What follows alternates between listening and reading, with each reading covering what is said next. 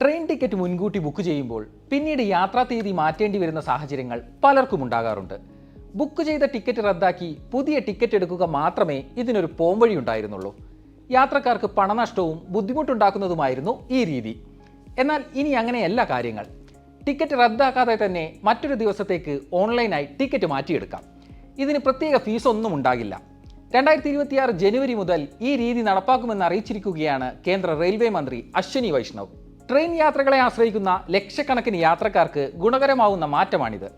നിലവിൽ യാത്രാ തീയതി മാറ്റുന്നതിന് ടിക്കറ്റ് റദ്ദാക്കുമ്പോൾ സമയത്തിനനുസരിച്ച് തുക നഷ്ടമാകുമായിരുന്നു. ട്രെയിൻ പുറപ്പെടുന്നതിന് 48 മുതൽ 12 മണിക്കൂർ വരെ മുൻപാണെങ്കിൽ ടിക്കറ്റ് നിരക്കിന്റെ 25% യാത്രക്കാരന് നഷ്ടമാകും. 12 മുതൽ 4 മണിക്കൂർ വരെ മുൻപാണെങ്കിൽ നഷ്ടം പിന്നെയും കൂടും.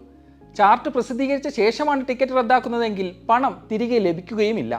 ഈ പണനഷ്ടമെല്ലാം യാത്രക്കാർക്ക് ജനുവരി മുതൽ ഇല്ലാതാകും. അതേസമയം പുതിയ തീയതിയിലേക്ക് മാറ്റുമ്പോൾ സീറ്റ് ലഭ്യതയെ ആശ്രയിച്ചായിരിക്കും ടിക്കറ്റ് ലഭിക്കുക. പുതിയ ടിക്കറ്റിന് കൂടുതൽ നിരക്കുണ്ടെങ്കിൽ അത് നൽകുകയും വേണം.